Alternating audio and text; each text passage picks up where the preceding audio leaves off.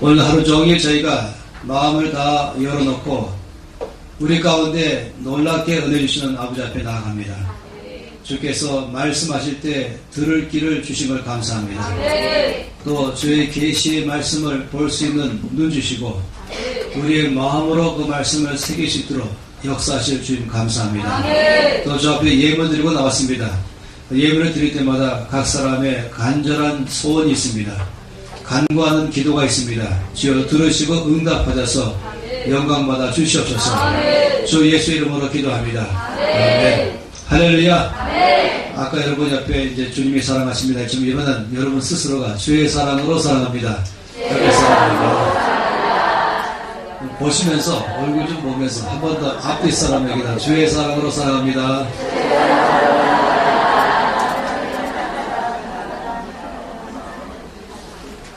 우리가 지금 오전마다 보는 말씀은 그 말씀 자체로도 크게 우리 안에서 일하는 말씀이고요.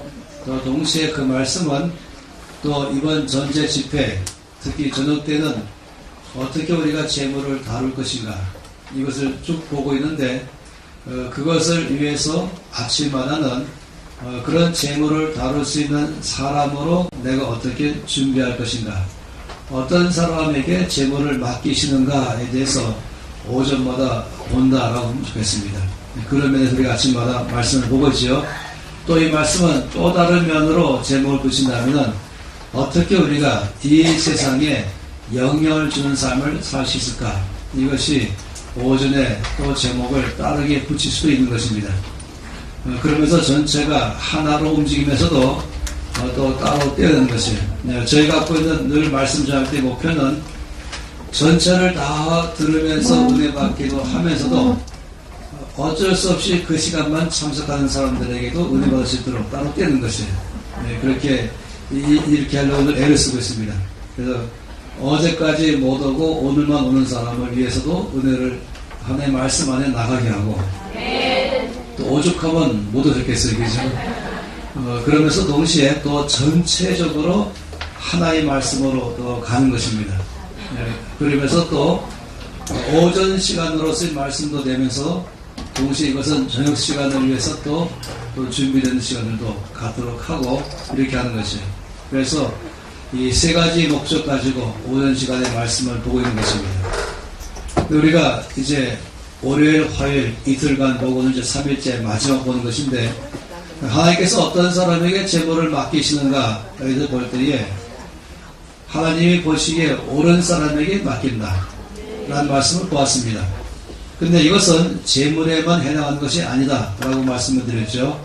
1차적으로는 제물부터 먼저 보겠지만은 하나님께서 우리 각 사람에게 맡기신 일들이 있습니다. 또 여러분에게 맡기기를 원하십니다.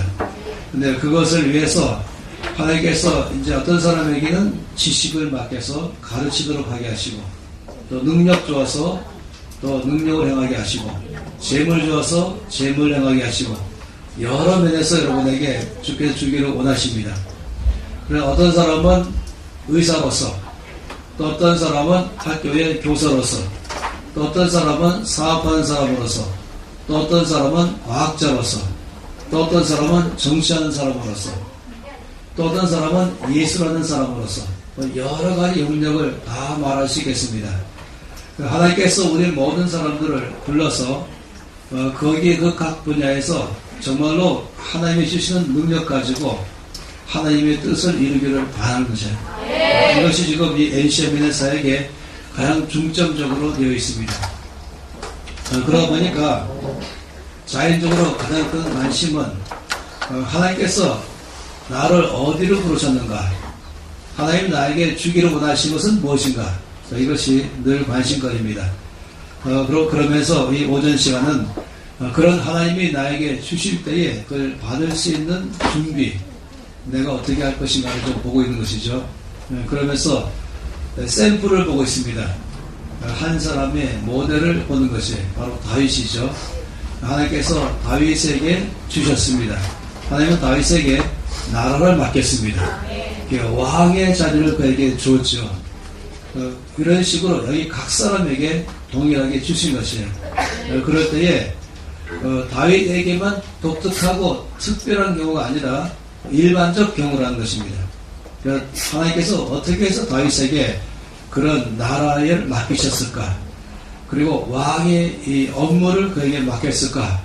이거를 보면은 나에게도 하나님께서 맡기시는데 어떤 사람이 되어야 될 것인가 하는 것입니다. 그러면서 우리가 봤던 것은 중심에서부터 하나님께서 보신다 하는 걸 봤죠. 하나님은 외모로 사람을 보시고 주시는 것이 아니라 중심을 보시고 주신다. 그러니까 이것이 저는 여러분에 말씀드리기를 우리 모든 사람들이 다 기회가 있다 하는 것이에요. 그리고 내가 결정만 하면 되는 것입니다. 내가 준비만 하면 되는 것입니다. 과거에 성적순으로 주는 것이 아니라고 말씀드렸어요. 외모를 보고 주는 것이 아니라고 말씀했습니다. 그러면서 그 중심을 보신다 그랬는데 그 중심은 어떤 것일까 하는 것을 우리가 지금 보고 있습니다. 첫날 봤던 것은 온유한 사람. 하나님께서 다윗의 온유함을 보시면서 그에게 일을 맡겼다 하는 걸 보았어요. 어제 보면서는 충성을 보셨다 했습니다. 다윗 안에 갖고는 충성. 얼마든지 비행 청소년 될 수 있는 가능성이 많이 있지만 선택한 것이죠. 그렇게 늘 상처받고 누구를 원망하면서 그리고 자기 인생을 불쌍히 여기면서 될 대로 되라 하면서 살아갈 수 있는 길을 택할 수도 있겠지만은 그러나 오히려 그럴 때 자기 마음을 붙잡아서 하나님께로 나가서 오히려 하나님을 더 예배하며 찬양하고 그래서 오히려 그것은 다윗으로 하여금 악기를 다룰 줄 아는 사람이 되게 만들었다. 혼자 많이 있는 시간에서 그는 아주 탁월한 악기를 다룰 줄 알았죠.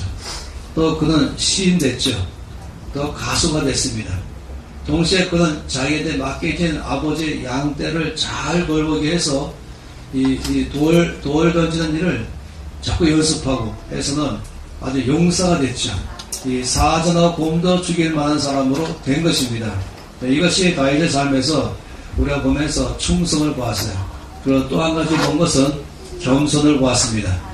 그러니까 그 얼마든지 만만요라는 자리에 들어가기 때문에 한순간 갑자기 자기는 굉장한 사람인 줄 알고 이 사람이 변했다 이런 말을 듣잖아요.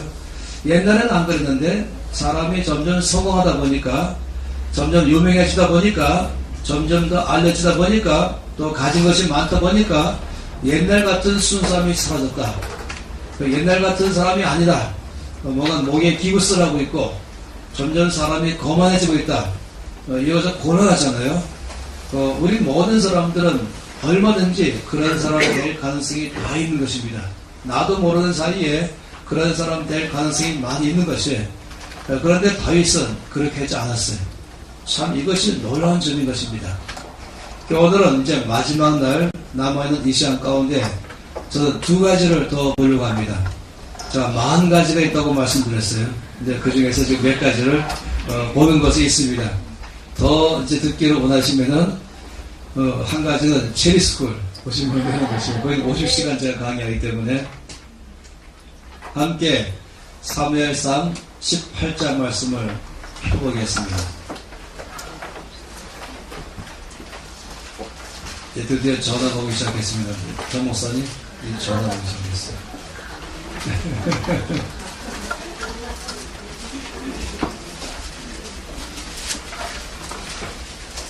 사무엘상 18장입니다. 어제도 우리가 18장 말씀을 봤었는데요.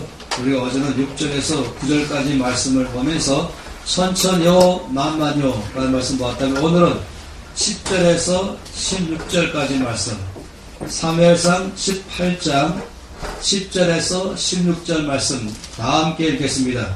그 이튿날 하나님께서 부리신 악령이 사울에게 힘있게 내리매 그가 집안에서 정신없이 떠들어대므로 다윗이 뱀같이 손으로 수금을 타는데 그때에 사울의 손에 창이 있는지라 그가 스스로 이르기를 내가 다윗을 벽에 박으리라 하고 사울이 그 창을 던졌으나 다윗이 그의 앞에서 2번 피하였더라. 여호와께서 사울을 떠나 다윗과 함께 계심으로 사울이 그를 두려워한지라. 그러므로 사울이 그를 자기 곁에서 떠나게 하고 그를 천부장으로 삼음해 그가 백성 앞에 출입하며 다윗이 그의 모든 일을 지혜롭게 행하니라. 여호와께서 그와 함께 계시니라.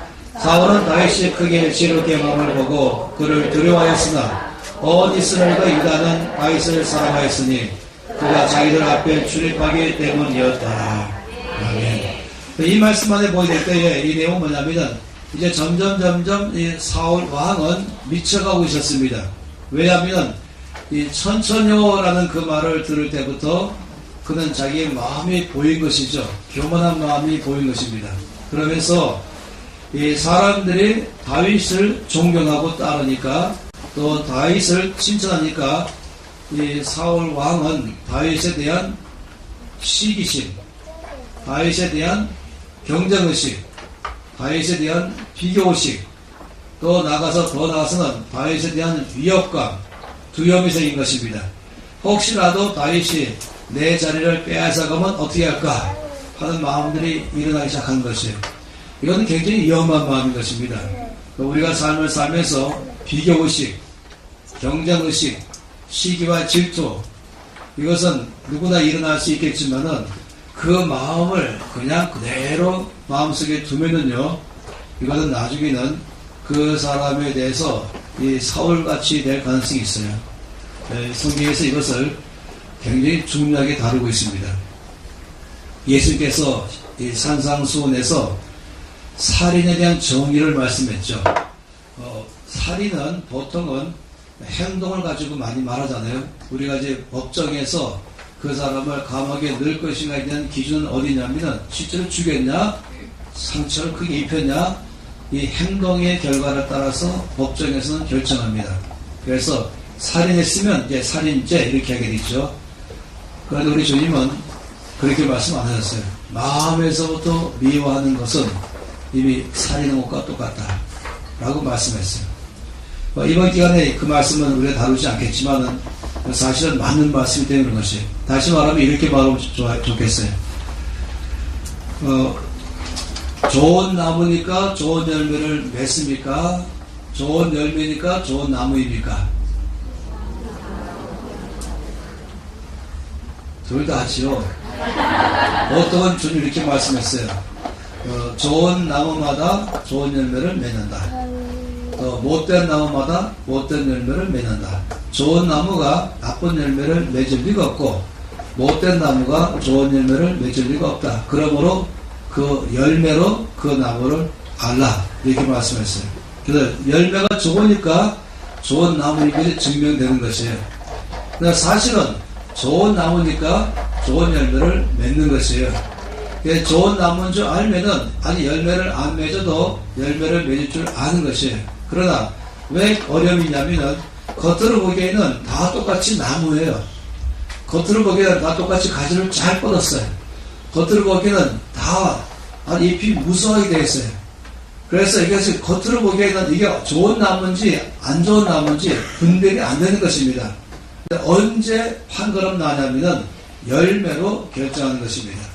열매가 좋으면 그때 가서 좋은 나무다 이렇게 말하는 것이에요. 열매가 안 좋으면 그때 가서 안 좋은 나무다라고 말하죠. 우리 신앙생활은 저는 늘 말씀하고 싶은 것은 우리 신앙생활은 열매로 증명하라 하는 것입니다. 사실은 좋은 나무니까 좋은 열매를 맺지만은 그러나 오늘 우리가 말할 것은 삶으로 증명하라 하는 것이에요. 그래서 나는 성령 충만합니다 이렇게 말하는데 삶은 그렇지 않을 때에 사람들이 오해하는 것입니다.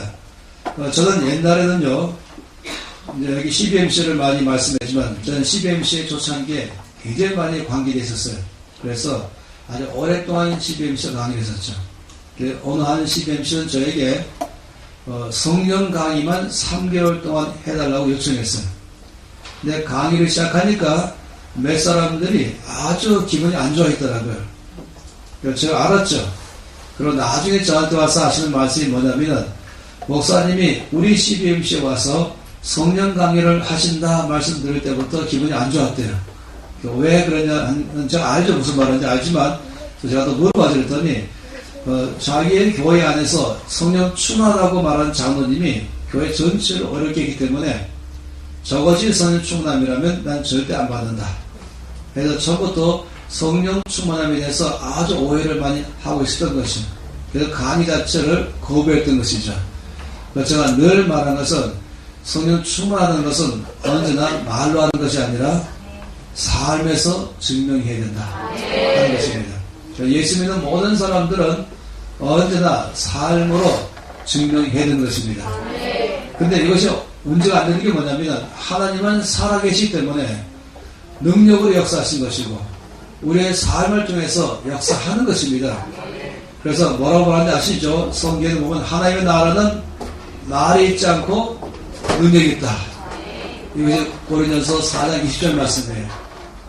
그래서 언제나 그것은 열매로 이 사람이 증명하지만 사실은 좋은 나무면은 좋은 열매를 맺게 되어 있는 것이에요. 처음부터 안 좋은 나무면 나쁜 열매를 맺게 되어 있는 것입니다. 따라서 그 사람에 대해서 살인했다는 것은 출발은 어디서 시작했냐면 사람에 대한 미움에서 시기와 질투와 비교의식, 경쟁의식에서 출발해갖고 이것이 점점 발전해서 열매로 살인하는 것입니다. 따라서 주님께서는 그 열매로 나올 때까지가 아니라 처음부터 막으라는 것입니다. 시기심, 질투심 일어날 때에 이것이 마음 안에 커가지고 말도록 하는데 이것이 점점 커가면은 나중에 살인으로 가는 것이에요.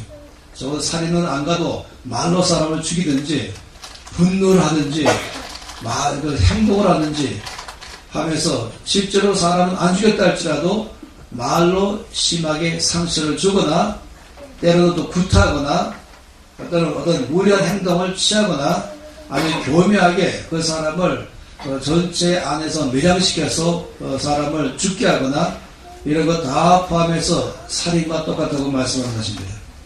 그런 의미에서 아주 위험한데 이 사울 왕은 천천히요라는 말을 들을 때에 자기 마음을 못 지켰습니다.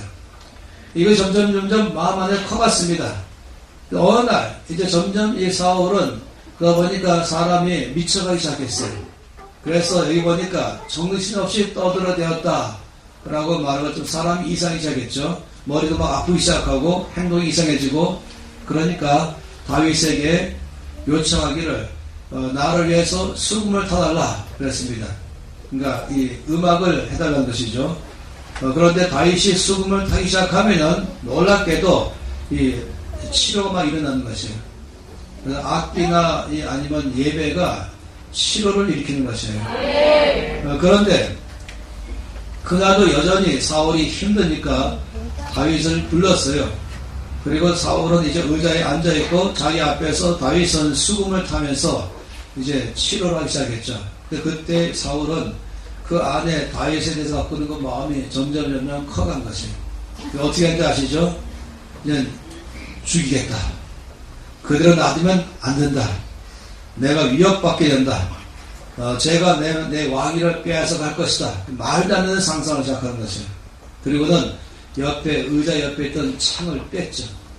그리고는 다윗에게 던졌어요. 그랬더니 다윗이 놀랐겠죠. 지금 이 사울 왕을 위해서 자기가 지금 섬기고 있는데 그 사울 왕이 자기한테 창을 던진 것이에요. 그래서 다윗이 피했습니다. 그랬더니 사울 왕이 반대편에 있는 창을 또 꺼내가지고 또 던졌어요. 그랬더니 다윗이 두 번 피했다. 이렇게 말한 것입니다. 일단 여기서 여러분들에게 말하고 싶은 것은 뭐냐면 이 창 던진다.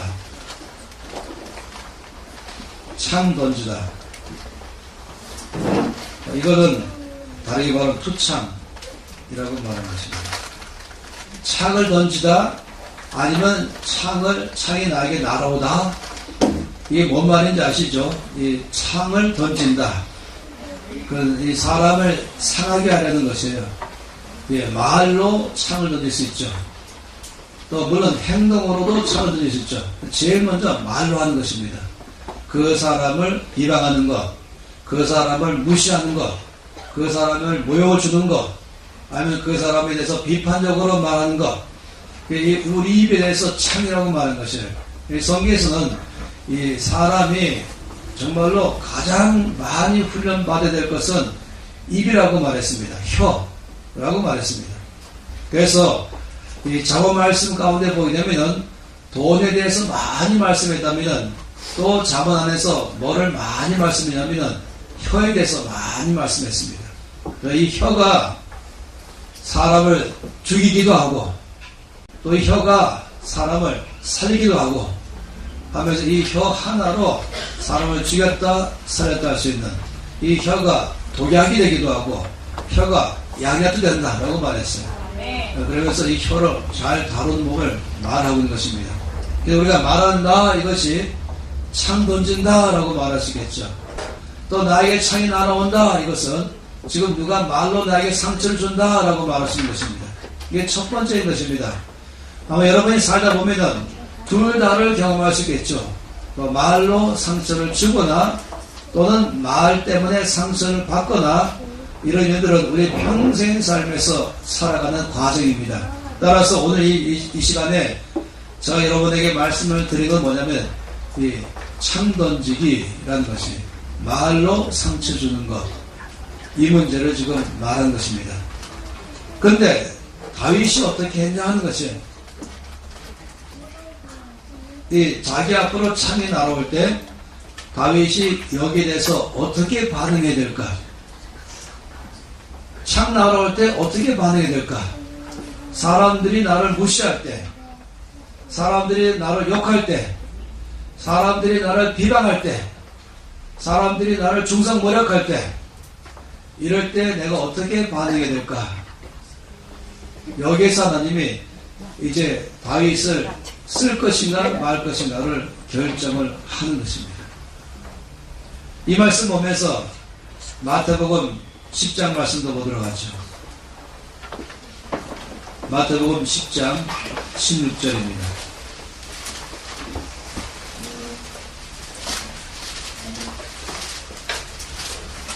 마태복음 10장 16절 함께 이 말씀 읽겠습니다. 보라 내가 너희를 보내니 양을 이리 가운데로 보낸가 같도다. 그러므로 너희는 뱀같이 지혜롭고 비리같이 순결하라. 이 말씀은 제가 참 좋아하는 말씀인데요.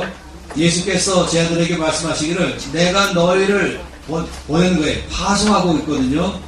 또 10장 말씀은 예수님께서 제 아들을 전도로 파송했어요. 전도하라 하면서 이제 보냈는데 내가 너희를 보내니 마치 뭐 같으냐면 양을 이리 가운데로 보낸 것 같도다. 여러분 양과 이리는 정반대입니다. 그 양은 굉장히 순결하죠. 양은 굉장히 온순합니다. 이리는 반대예요. 사납고 거칠고 난폭합니다. 이리는 뜯어먹는 거죠. 양을 이리 가운데로 보내게 되면은 어떤 일이 발생하겠습니까? 상처끼리 될 거예요. 이리가 물어 뜯을 거예요. 그리고 마지막에 죽일지도 모르죠. 양은 아주 힘이 없어요. 이리는 힘이 세요. 저기는 말씀하기를 제 아들을 보내면서 마치 양을 이리 가운데 보낸 것 같다. 그 심정 여러분 아세요? 보통이 아니죠. 이 아빠가 어린 아들과 딸을 이제 유학 보낼 때에 얼마나 거치는 세상인 줄 아니까 이 보통 보내는 것이 쉬운 문제가 아닌 것, 아니 그 이상일 수 있겠어요. 요즘에는 초등학교도 못 보낸다 우리 하잖아요. 아들 보낼 데가 없다, 딸 보낼 데가 없다 할 정도로. 그래서 어떤 부모이든지 항상 이 어린 아들, 딸이 있으면은 성인 될 때까지 이 염려를 많이 하는 것이에요. 그래서 지금 학교는 어떤 학교인지, 분위기는 어떤 분위기인지, 또 선생님은 어떤 선생님인지, 또 그 같은 반의 아이들은 도대체 어떤 종류의 아이들인지, 뭐 이런 일들을 늘 보고 있잖아요. 우리나라 사람들은 옛날부터 항상 이 자녀의 교육에 대해서 관심이 많다 보니까 흔히 나오는 말이 무슨 말이냐면 학군이라는 말이 나왔어요. 학군. 그래서 아주 유명한 말, 파학군이라는 말이 나왔어요. 거기는 뭐 일단 첫째 선생님이 실력이 있고, 그리고 선생님이 젠틀하고 교양이 있고 수준이 있는 그런 학교, 전체가 다 아주 수준이 있는 학교. 옛날에 말하면 뭐 양반 같은 학교, 수준이 옛날 말이죠. 그래서 말도 행동도 언제나 예의 바르고, 또 모든 사람들은 의식이 있고 살아있는 학교. 여러분 어떻게 생각하세요? 아들, 딸 있으면 당연히 그런데 보냈죠. 저는 LA도 여러 번 가고 또 해외 여러 번 갔는데 LA 갔더니 강자 한 말이 아니 이 한인들이 다 한쪽으로 몰려갔어요. 이사를 다 가버리더라고요. 왜 그랬더니 파락군이라는 거예요. 이게.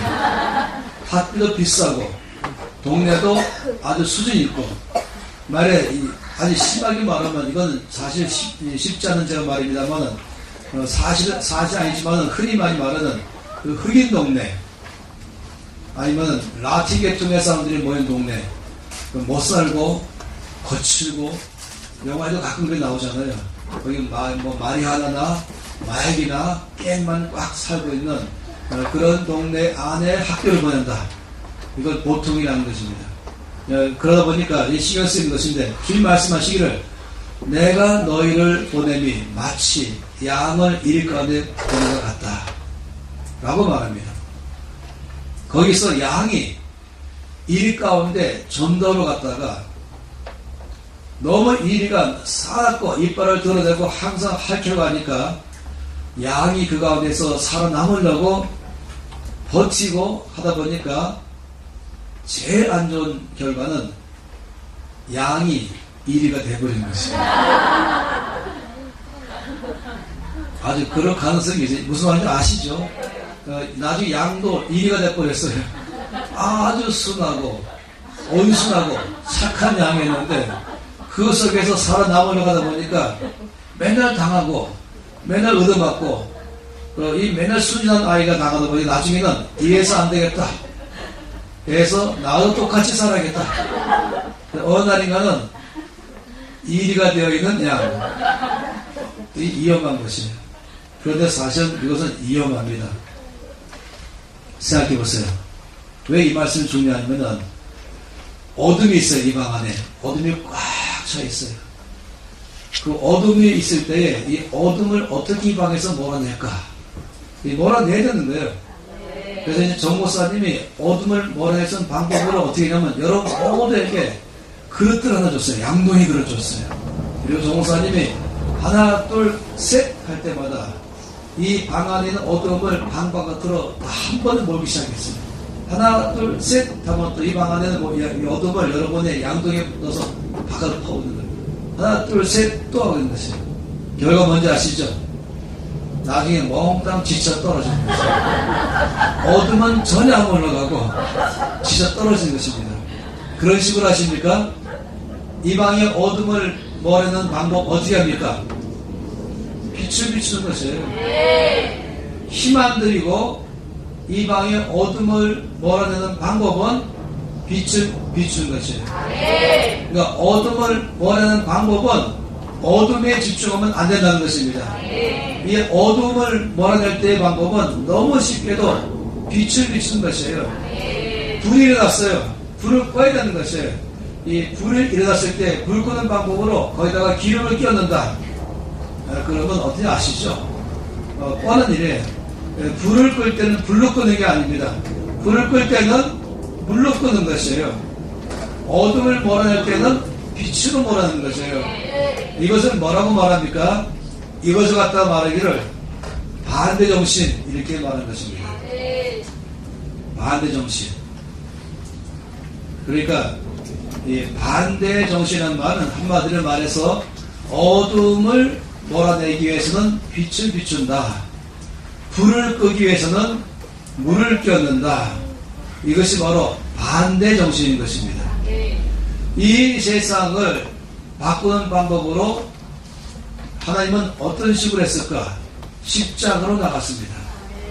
여러분 이것을 이해할 수 있으면 참 좋겠어요. 오늘 아침에 저는 확신한 것은 우리 안에 계시는 성령께서 여러분 각 사람에게 이 말씀을 계시로 줄 줄로 믿습니다. 그래서 정말 이해가 돼야 되는 것이에요. 이것이 이해 안 되면 어떤 일이 발생하느냐? 이 양이 일 가운데 갔다가 어떻게 된다고요? 이리가 된다. 이런 걸 뭐라고 말합니까? 같은 정신인데. 우리도 모르는 사이에 내가 이렇게 당할 수는 없지. 네가 나를 갖다가 무시했냐? 그럼 나도 너를 무시하겠다. 이게 뭡니까? 같은 정신이에요. 다시 말하면 네가 나한테 참을 던졌냐? 그럼 어떻게 하는가? 나도 너에게 참을 던지겠다. 잘 들어보세요. 제가 하는 말은 제 목표는 항상 6살부터 80살까지 다 알아듣도록 말하는 게 목표예요.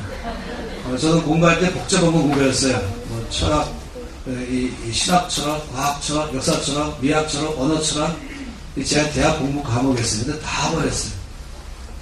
근데 못 알아들어요. 그렇게 쉽게 말해도. 제가 말한 말 중에 못 알아들을 만한 언어 하나 쓰거든요. 근데 잘 이해 안 될 수가 있어요. 근데 이해될 것입니다. 오늘 아침에. 다윗이 사울 왕이 자기한테 창을 던졌어요. 안 좋은 왕이죠. 이 착한 다윗에게 경쟁의식, 비교의식, 시기와 질투 가운데 미움이 일어나면서 두려움이 생긴 거예요. 그래서 없애겠다. 나의 경쟁자. 그래서 다윗은 전혀 경쟁할 마음이 없는데 스스로 이 경쟁의식 느껴서 다윗을 없애려고 창을 던진 거예요. 그러니까 불의한 왕이죠. 좋지 않은 지도자인 것입니다. 좋지 않은 나쁜 사람이죠. 이런 불의에 대해서 어떻게 할 것인가? 야, 저 불의한 왕, 저 난폭한 왕, 나쁜 왕, 내가 어떻게 대할 것인가? 그게 다윗이 결정하기를 나도 가만히 안 두겠다. 그래서 자기한테 날라온 창을 들고 다윗은 그보다 훨씬 더 힘있게, 훨씬 더 정확하게 상대방에게 심장에 창을 던졌어요. 그랬다면 어떤 일이 날 것인가? 그랬다면 다윗은 용맹스러운 사람으로 인정받을 것입니다. 야, 불의에 대항할 줄도 아는구나. 약한 사람이 아니네. 너 의도하는 사람이 아니네. 창을 던졌을 때, 와, 저 사람은 불의에 대항할 줄 아는 용감한 사람이다. 그래서 의로운 사람이다. 그 안에는 의의가 있는 사람이구나 라고 할 거예요. 그런 사람은 인정되겠죠. 그래서 용맹스러운 사람이다 라고 인정되고, 정의로운 사람이다 라고 인정되고, 불의에 대하여 항거할 줄 아는 사람이다 라고 인정되고, 또 한 가지는 함부로 대하면 안 되겠구나. 아, 보통 사람이 아니네. 만만한 사람이 아니네. 함부로 대할 사람이 아니구나 라고 인정받을 거예요. 칭찬하겠죠. 야, 저 사람은 불의에 대해서 잠잠하지 않고 대항할 줄 아는구나. 정의로운 사람이구나. 그리고 함부로 대항하는 사람이 아니구나. 만만히 볼 사람이 아니네 하는 것이. 사람들이 이렇게 생각해요. 내가 얼마나 우습게 보였으면 나에게 함부로 대할까, 이런 생각해요. 내가 얼마나 약해 보였으면 나를 갖고 놀라 그럴까, 얼마나 내가 무시당했으면 나에게 함부로 창 던질까.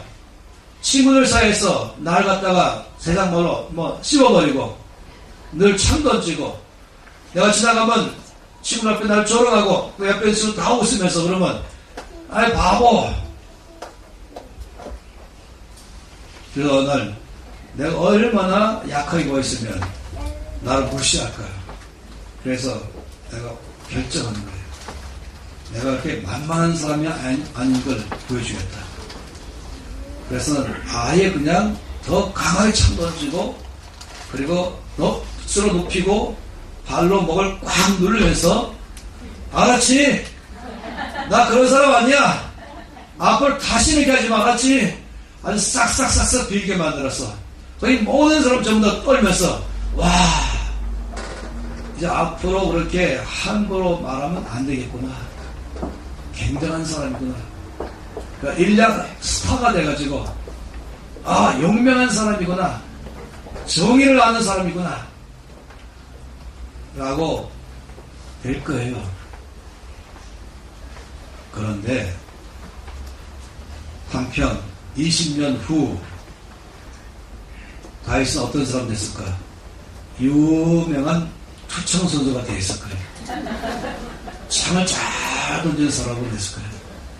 이제 어떤 사람과도 정확하게 창 던져갖고 그 사람 앞에는 다 죽어 넘어가요. 두 번째, 그는 20년 후에 미친 사람이 되었을 것입니다. 세 번째, 20년 후 다윗은 또 다른 사울 왕이 되어 있을 것입니다. 이해하십니까? 네. 용맹스러운 사람이다. 정의로운 사람이다. 불의에 대항할 줄 아는 사람이다. 강하여 함부로 대할 수 없는 사람이다. 라고 인정받을지 모르지만은 가면 갈수록 그는 나중에 창을 제일 잘 던지는 사람이 되어 있을 것입니다. 그러나 더 불행한 일은 그 사람은 미친 사람이 되어 있을 것입니다. 옛날 같은 순수함은 다 사라졌어요. 예전 같은 순진함도 다 사라졌어요. 말할 때마다 독설이고, 말할 때마다 강하고, 말할 때마다 살아남는 사람이 없어요. 흠집만 모이면, 약점만 모이면 즉각 창이 날아가서 그 앞에는 사람은 다 벌벌 떨기 시작하는 거죠. 더 심한 건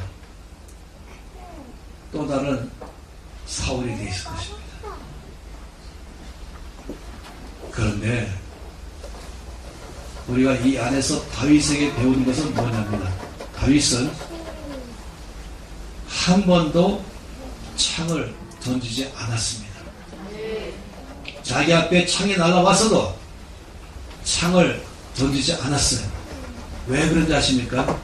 다윗이 다니는 학교의 수업 과목 가운데서 투창이라는 과목 자체가 없습니다. 다윗이 다니는 학교는 교장님이 성령님이었어요. 예, 성령 선생님 앞에서 배운 그 학교에서는 투창이라는 과목 자체가 없어요. 다윗은 어떻게 했는가? 자기 앞에 창이 날라올 때에 날라오는 창을 보고도 못 본 척 했습니다. 여러분, 우리는 다 창이 나오게 보여요. 어느 사람 날라올 때, 창 날라올 때, 와! 소리 지르죠. 비명소리 지르는 것이에요. 나 죽겠다! 그러면서. 다윗은 자기 앞에 창이 날라와도, 날라오는 창을 보면서도 못 본 척 했습니다. 두 번째, 그는 피했습니다. 날라올 때 피했습니다. 그리고 세 번째, 되돌려 던지지 않았습니다. 이 중요한 거예요. 그는 자기 앞에 창에 날아왔을 때 그보다 훨씬 더 멀리, 훨씬 더 강하게, 훨씬 더 정확하게 창 던질 줄 알지만 절대로 창을 되돌려 던지지 않았다. 네가 나를 말로 무시하냐? 창 날아오잖아요. 나는 너를 몇 배로 더 말로 무시해서 다시는 네가 나한테 함부로 말하지 않도록 내가 이번 기회에 콧대를 팍 꺾어 놓겠다. 여러분, 이 세상에서 사는 방법이에요. 근데 오늘 아침에 여러분에게 제가 어렵게 말씀드릴 거예요.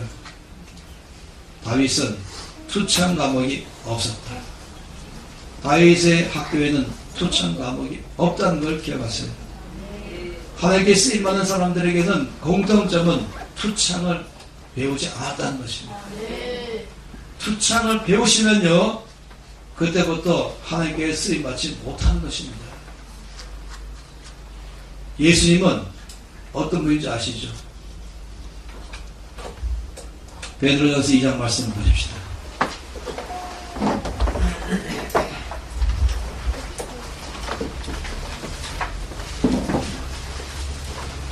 베드로전서 2장입니다.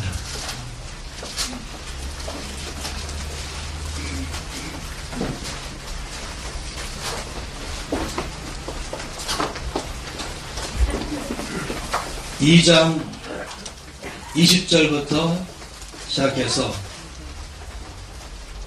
우리가 23절까지 2장 20절에서 23절까지 읽겠습니다. 죄가 있어 매를 받고 참으면 무슨 칭찬이 있으리요. 그러나 선을 행함으로 권한을 받으면 이는 하나님 앞에 아름다우니라. 이를 위하여 너희가 부르심을 받았으니 그리스도도 너희를 위하여 권한을 받으사 너희에게 본을 끼쳐 그 자취를 따라오게 하려 하셨느니라. 그는 죄를 범하지 아니하시고 그 입에 거짓도 없으시며 욕을 당하시되 맞게 욕하지 아니하시고 권한을 당하시되 위협하지 아니하시고 오직 공의로 심판하신 이에게 부탁하시며. 23절 말씀 보세요. 욕을 당하시되 맞대어 욕하지 아니하시고 창을 날라왔을 때 막받아 창 던지지 아니하시고 권한을 당하시되 위협하지 아니하시고. 우리 예수님은 창 던지는 법을 배우지 않으셨습니다. 하나님의 학교, 예수 그리스도의 학교에는 투창 과목이 없다는 것을 아시기 바랍니다.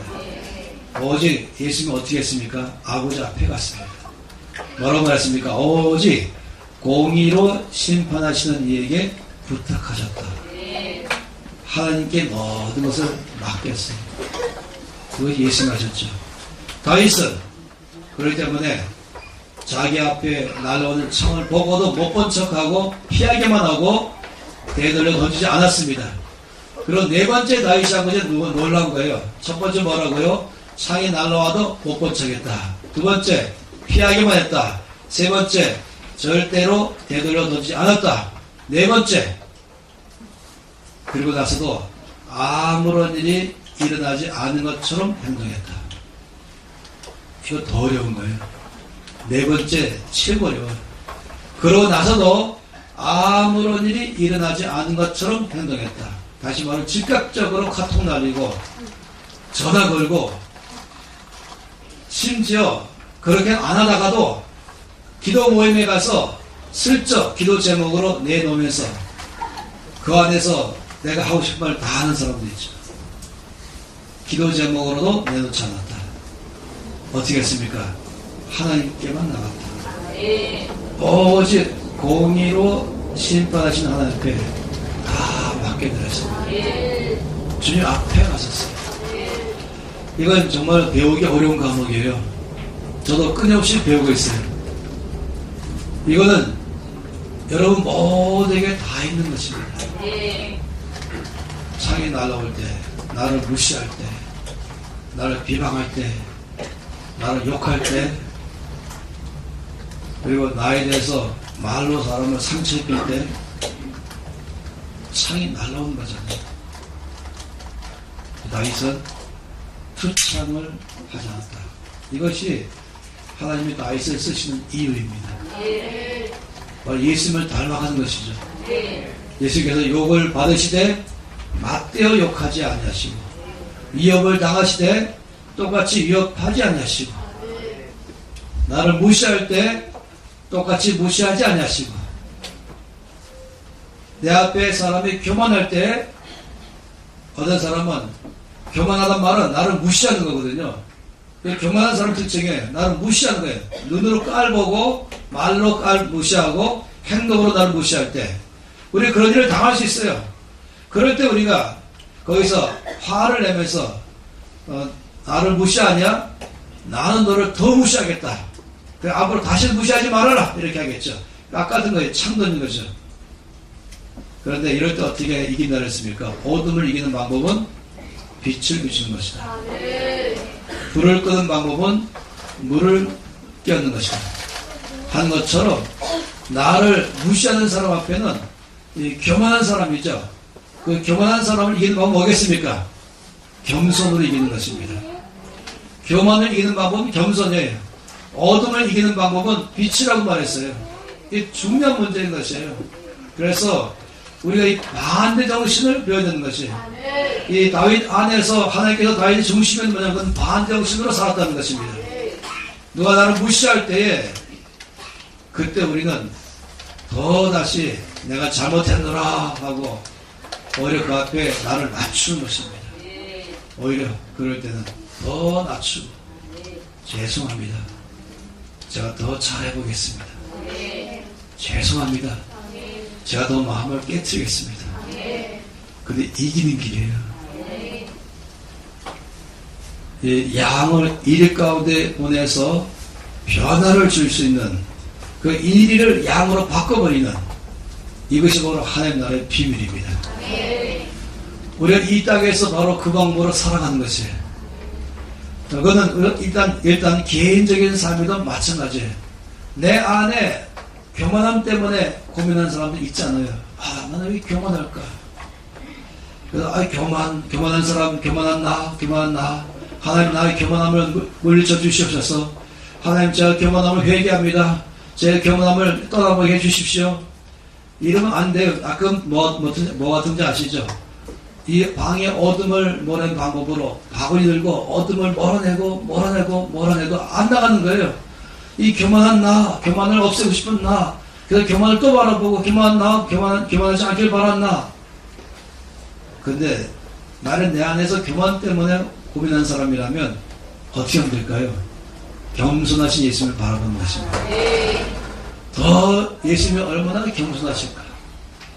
아, 예수님의 겸손은 어떤 모습일까? 그걸 묵상하는 거예요. 내 안에 교만에 대해서 묵상하지 마시고, 중요한 문제예요. 오늘 아침에는 이제 제가 첫날 밤에는 초급반, 어제 중급반, 드디어 오늘 고급반으로 들어갔습니다. 좀 어려운 과목이에요. 이거 들으면 알고 같으면서 못 알아듣는 단어이기도 하죠. 그러니까 내 안에서 교만함이 일어날 때에 자꾸 교만한 나를 묵상하고 내 안에 교만을 물리치려고 또 묵상하고 이러면 어둠을 몰아내려고 어둠을 계속 몰아내면 낼수록 어둠은 그 자리에 채워지는 것처럼 교만한 내가 여전히 교만함까지 남아있고 한 달 지나가도 기도는 똑같고 1년 지나가도 기도는 똑같고 그리고 기도하는 것 가슴을 위로받고 아니에요. 이럴 때 중요한 것은 겸손을 묵상하는 거다. 빛으로 어둠을 이긴다. 내 안에 깨끗하지 못한 생각이 들어온다. 불결한 생각이 들어온다.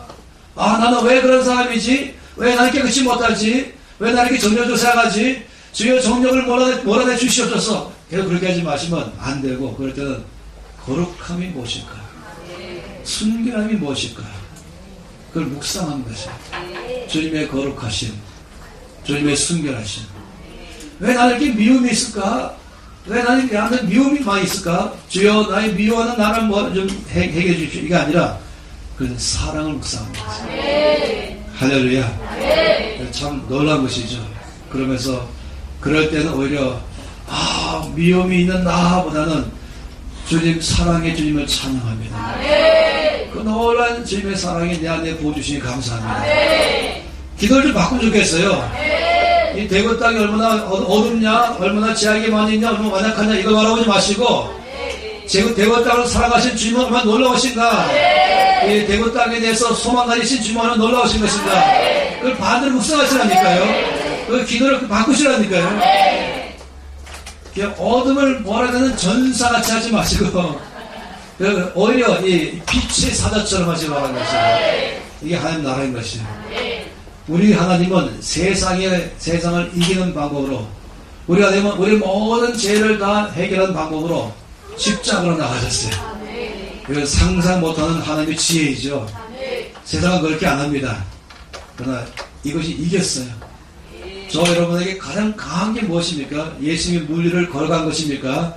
예수님 오병이의 사건입니까? 아니요, 십자가의 사건인 거죠. 예수님의 십자가는 약해 보이고 바보같이 보이고 미련해 보이고 실패자서 보이지 모르지만 예수님의 십자가는 나를 치료해버렸고 나를 자유케 했고 나를 사망을 벗어서 생명으로 나가게 만들었습니다. 이것이 바로 뭐라고요? 반대정신. 반대정신으로 살아간다. 절대로 우리가 배우지 말아야 할 것은 같은 정신으로 산다. 이것입니다. 우리는 하나님 나라 안에서 이 다윗 안에서 배울 수 있는 가장 중요한 것은 우리 반대정신으로 산다. 할렐루야. 이것이 우리가 앞으로 끊임없이 배우는 것이에요. 그래서 이 하나님의 학교 안에서 가는 이 놀라운 과목은 뭐냐? 그건 깨어진 마음인 것입니다. 늘 깨어진 마음. 내 마음을 깨트리는데 더 집중하는 것입니다. 상대방을 깨트리려 하지 마시고 나 자신을 십자가 앞으로 가져가서 나 자신의 생각을 깨트려서 주님이 나를 지배하도록 하게 하는 것이죠. 그래서 앞으로 여러분 기억하세요. 창이 날라올 때마다 보고도 못 본 척한다. 피하기만 한다. 대대로 던지지 않는다. 그리고 마지막에 뭐라고요? 아무런 일도 일어나지 않는 것처럼 한다. 기도 제목으로 내놓지 않는다. 오직 하나님께 나간다. 그리고 내 모든 억울함, 내 마음의 아픔을 하나님 앞에 다 토해냈어요. 시편 61편 말씀 어제 말씀드렸죠. 나의 백성들아 넌 시시로 내 마음을 여호와께 토할지어다. 저는 바닷가에 사는 사람이 좀 더 좋다고 생각해요. 제가 제주도에서 살 때에 열반대 학생들에게 뭐라고 말했냐면 혼자 김양 바닷가로 나가십시오. 아니 여기죠. 함덕 바닷가로 나가십시오. 그리고는 냅다 욕하십시오. 그래서 그냥 막 그걸 끝내십시오. 이 사람이 이 억울한 게 있으면 반드시 누구한테는 말하고 싶은 마음이 있는 거예요. 말을 안 하고 있으면 말이에요. 꼭 참고 있으면.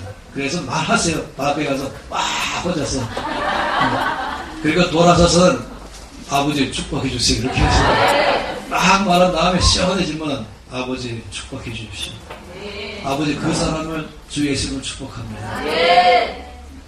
할렐루야. 그래서 우리가 정말로 주 앞에서 배우는 중요한 것은 이같이 이 창을 던지지 않는 것을 배우는 것이에요. 저는 저 인생의 삶에서 이런 경우들을 많이 겪었습니다. 어떤 데는 살고 싶지 않다. 그 정도면 얼마큼인지 알잖아요. 저는 자살하는 사람들에서 미화시킬 마음은 조금도 없어요. 그러나 한쪽으로 오죽하면 그랬을까 하는 마음이 있는 거예요. 아무도 평가하지 마세요. 자살하는 사람에 대해서. 단지 그걸 잘했다고는 말은 안 되는 것입니다. 오죽하면 그럴까 하나님께서는 아실 것입니다. 우리 모두가 그렇다고 자살을 선택한 건 아닌 것이에요. 오죽하면 그럴까. 저는 더 이상 버티기 힘들다. 더 이상 살 힘이 없다. 이럴 때가 몇 번 있었죠. 그 중에 가장 초기 때, 그때가 이 88년도였어요. 그때, 너무 힘들다. 제가 86년에 한국 예선 대표가 됐어요.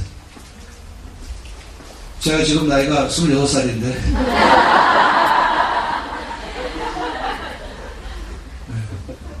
그런데, 너무 힘들었어요. 그래서 그럴 때 어떻게 합니까? 금식 기도에 들어가는 거예요. 제 보따리에 싸서 기도원으로 갔지요. 제가 즐겨가는 기도원이 있어요. 3일간 금식 기도하면서 정말 이것을 해결하기를 바랐습니다. 근데 제 친구가, 저를 잘 아는 친구가 있었어요. 입이 무거운 친구예요. 이 친구가 저한테 장군을 줬어요. 마침. 하나님이 저에게 주신 것이죠. 이 친구 통해서. 아주 얇은 책이었어요. 근데 영어로 된 책이었죠. 전 그냥 생각 없이 그 책 주니까 선물을 받고 이제 기도원에 가서 제가 이 기도실 하나를 택하고 기도하다가 쉬는 시간에 잔디밭에 가서 앉아있을 때 그 책을 들고 왔어요. 그 책을 읽기 시작했죠. 근데 읽다 보니까 너무 흥미있었고 다 읽게 됐어요. 그 책 내용이 뭐냐면은 이 다윗에 대해서 나오는 거였어요. 다윗과 사울. 그 사울에게 쫓기는 다윗. 이 좋지 않은 지도자 사울. 그리고 이 양 같은 다윗. 이리 같은 사울.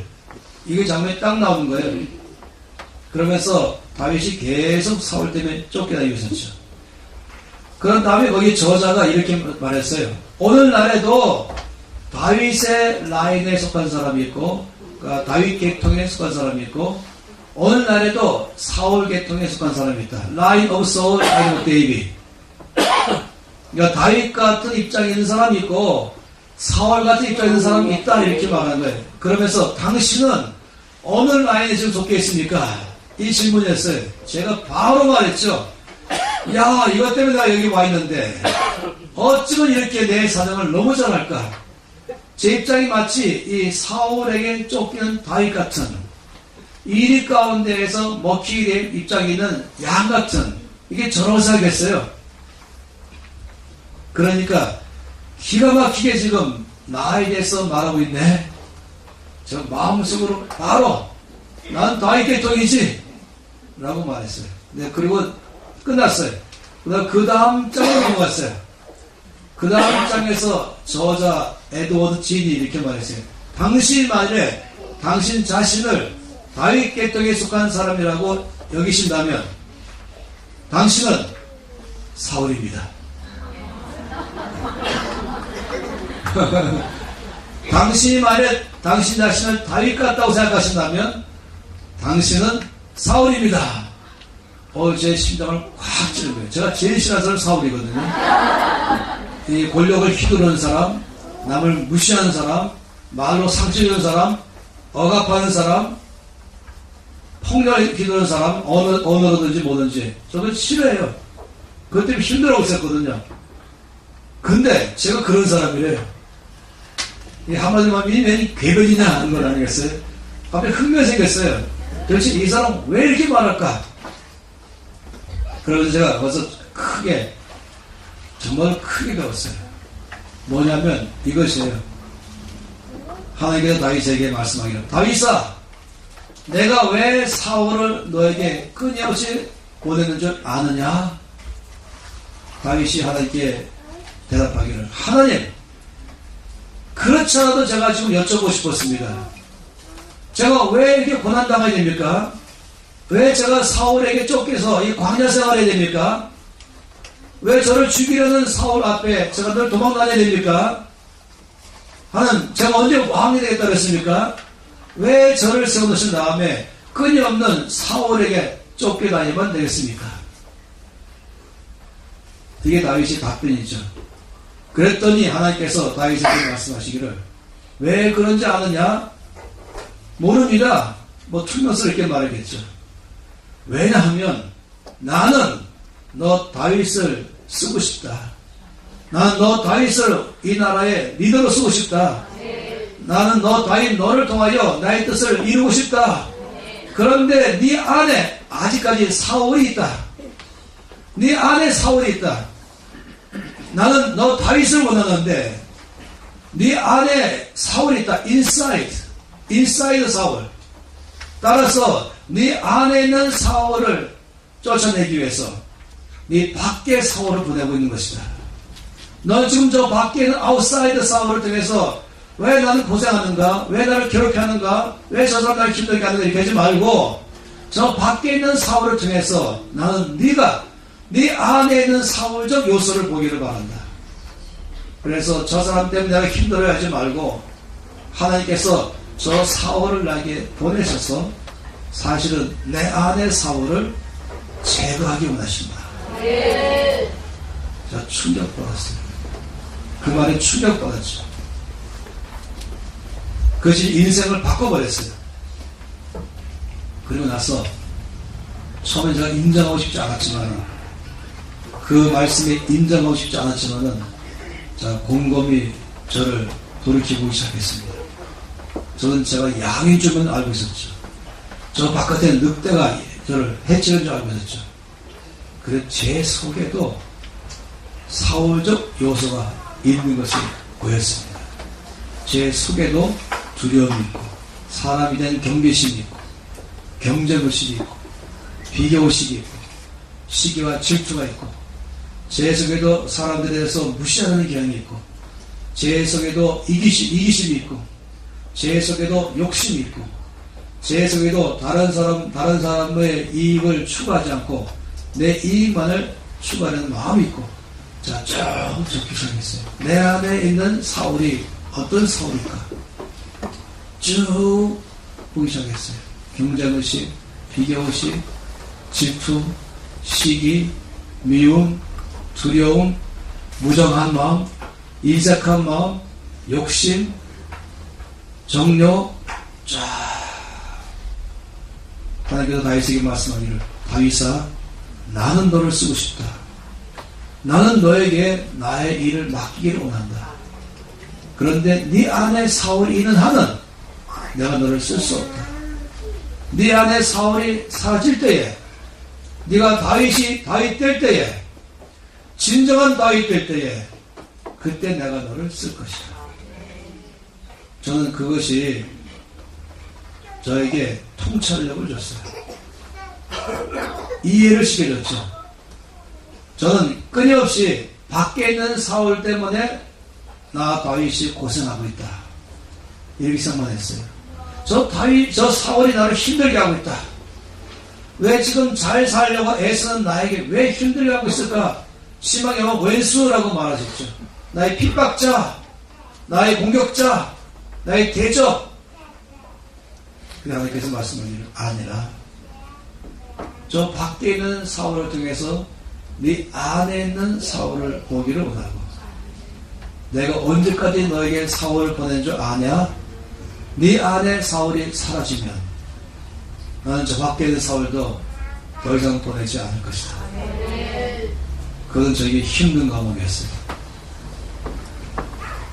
그때부터 제가 본격적으로 주 앞에 저를 내놓기 시작했습니다. 그리고는 왜 저 사람을 나에게 보낼까 할 때마다 내 안에 동일한 모습이 보일까 하는데 더 집중하기 시작했습니다. 왜 나를 힘들게 할까 하는 것보다는 내 안에 동일한 모습이 있는가 보면서 주 앞에 나가서 십자가 앞에 나아가고, 내 안에 있는 사울을 십자가 앞에서 못 받고 성령의 능력으로 내 안에 다윗이 다윗되도록 해달라고 은혜를 구하기 시작했습니다.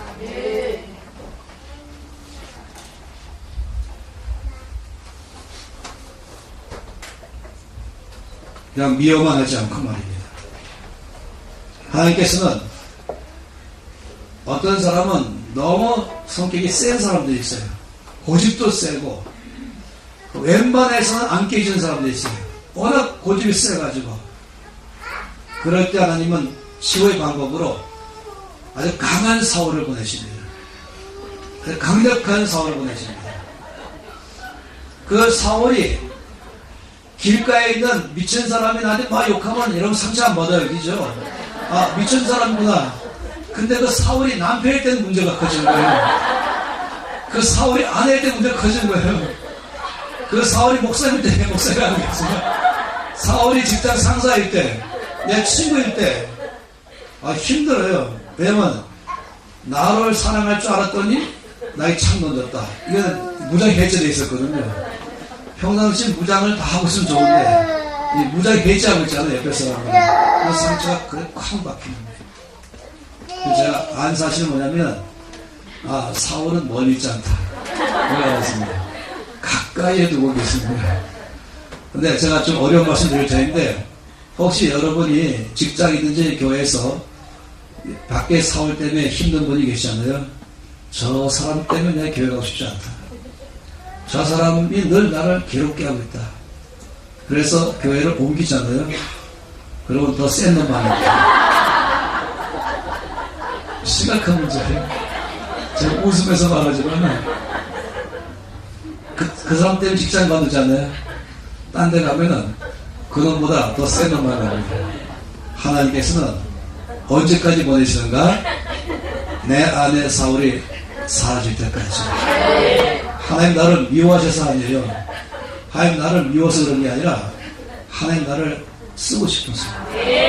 그런데 네 안에 사울이 있는 한은 내가 너를 쓸 수 없다. 난 다윗을 원하지 나는 사울을 원하는 게 아니다. 네 안에 있는 사울적 요소가 제거될 때에 내가 너를 쓸 것이다.